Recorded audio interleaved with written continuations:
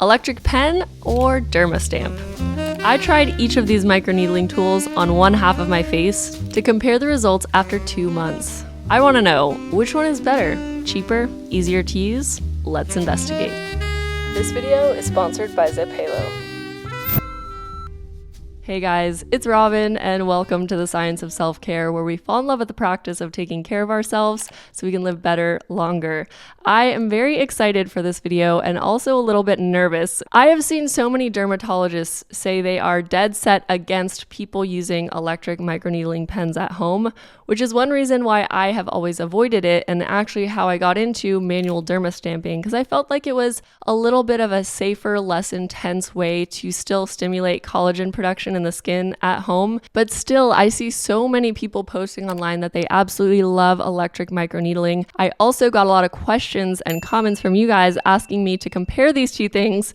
So I'm going to finally roll up my sleeves and try electric microneedling pens. We are going to be using the Dr. Pen. I believe this is the Dr. Pen M8 with 11 needle cartridges against my Banisher device, which I've used for several years and talk about in this video here. Both of these devices I will use at a 0.5 millimeter length because I feel like that's conservative enough to be fully safe to use at home, but it's still better than 0.25 in terms of potentially stimulating collagen production. Now, I've also heard some dermatologists say that 0.5 millimeters is not really deep enough to get real good results, especially in terms of collagen synthesis. But personally, having done 0.5 millimeter dermastamping for many years, I do feel like I see a difference in my skin. I feel like I see subtle glow and plumpness, and I don't know if that's because of subtle collagen induction or if it's just increased blood flow to the surface of my skin.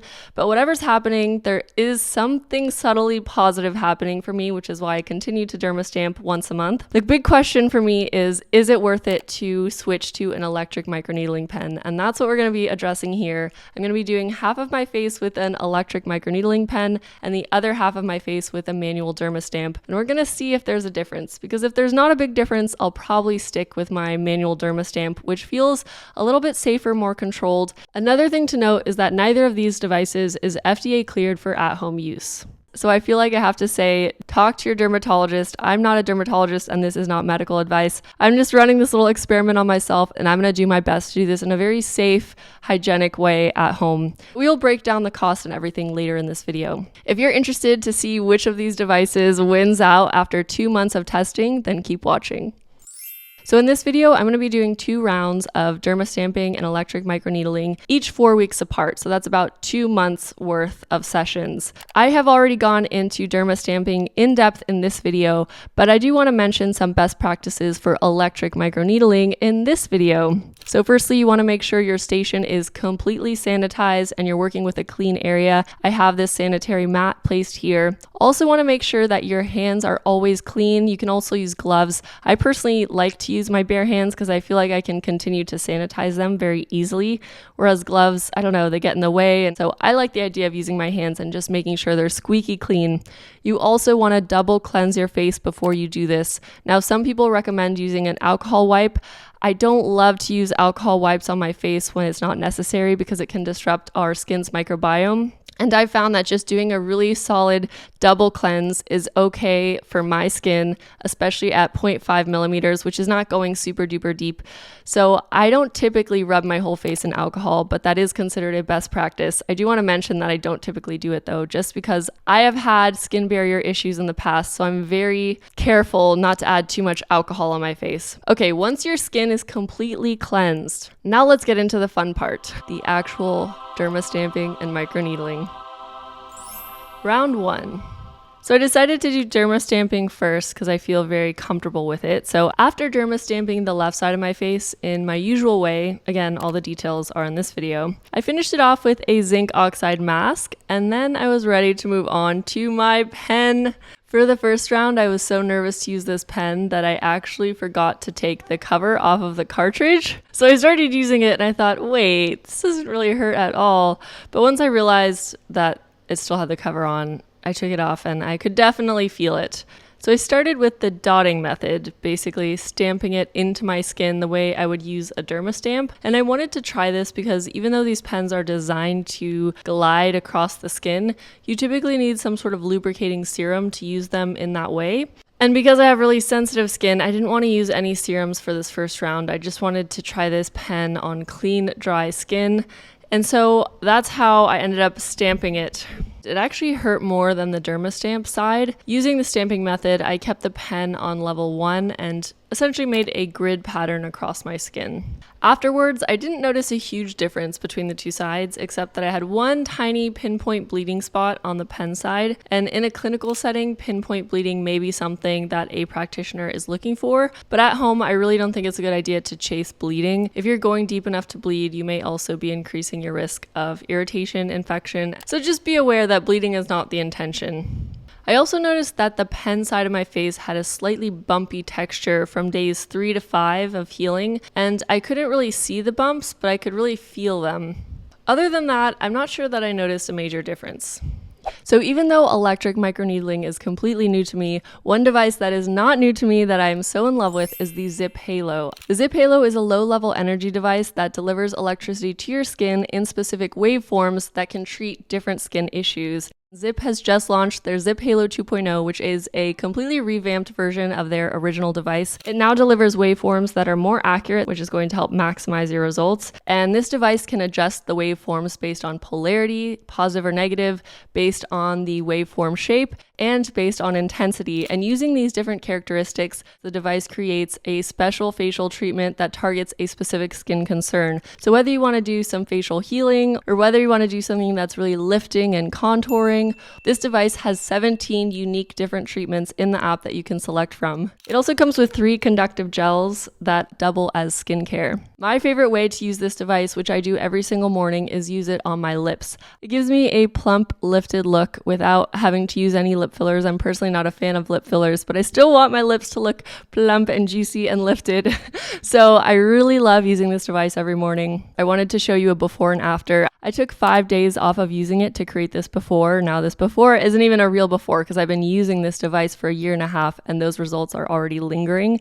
But after resuming the device, you can already see how much more lifted and plumped my lips are. I have tried so many skincare and face devices, it's kind of insane. And it's very rare that a device makes it into my everyday routine. And the ZIIP Halo is now one of only 2 devices that I use every single day. That should tell you how much I love it and really believe in the results. So if you would like to try the ZIIP Halo 2.0 yourself, check out the link below and use code SELFCAREZIP to get 10% off the ZIIP Halo 2.0 and gels. Thank you, ZIIP Halo, for sponsoring this video. Now let's get back to all things microneedling and dermastamping. Round 2.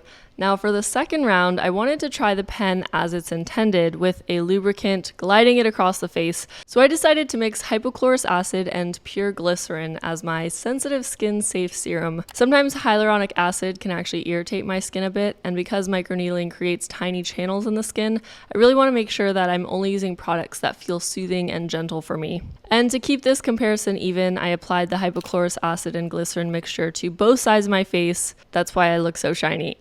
And then I resumed the test.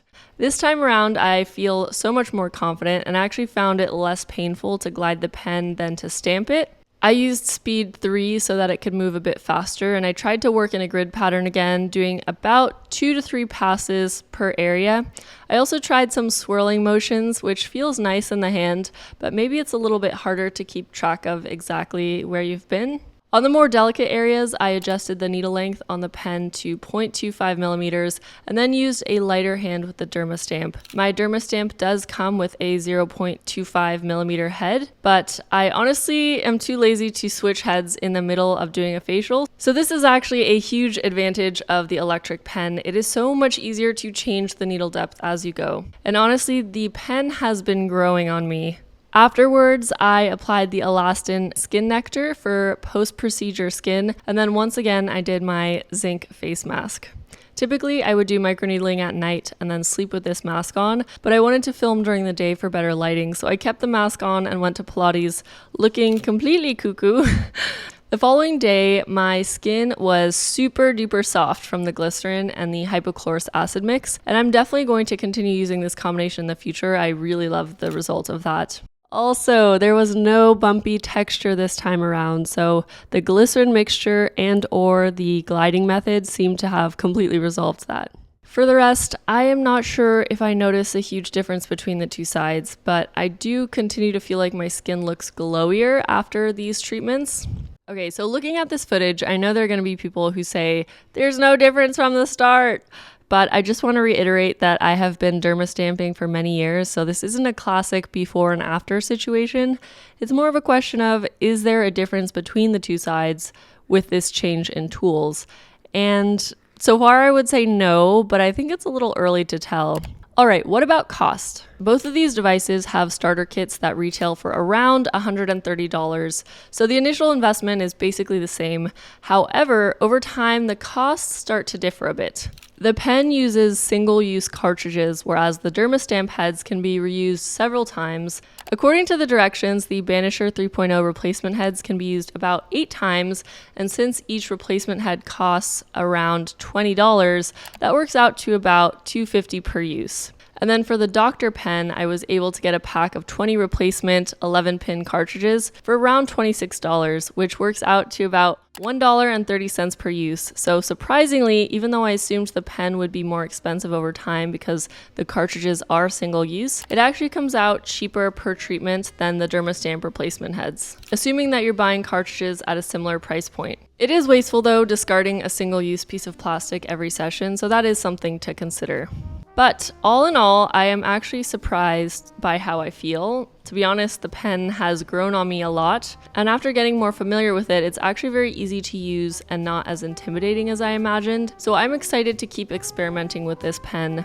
The pen is also more customizable overall. You can adjust the speed of the needles by choosing one of 6 settings, and there are more cartridge options. I'm thinking I should probably look into these more and try different heads in the future. But if you are someone who's a beginner to all of this and you want to be ultra cautious, I do think the Dermastamp is a bit more intuitive to use and gives you a stronger feeling of control that you don't have with the electric pens. I like that I can control pressure and use a perpendicular stamping technique to keep the holes super duper straight. This stamp also has high quality gold plated needles as compared to the stainless steel on the pen cartridges. All in all, these are the pros and the cons that I've noted so far for each device. A quick note on Aftercare. Whenever I do these treatments, I always avoid makeup and skincare with active ingredients for 24 to 48 hours. This gives my skin some time to heal in peace. So that means no tretinoin, no vitamin C, no exfoliants or acids. But these are the products and ingredients I do turn to. Simple hydrating products without fragrance, preferably with some ceramides to help soothe and support the skin. What I especially like to do is a Korean skincare practice that I picked up several years ago, drenching my face with a simple calming essence. So instead of just applying one layer of essence, I try to shoot for 3, 4, 5. I've seen people go up to 7 layers, or just whenever your skin feels fully saturated. I call this watering my skin, just like you would water a plant until the soil seems completely moist and saturated. This always gives me such glowy, hydrated skin without having to add any intense skincare into the mix. So those are all of my notes so far.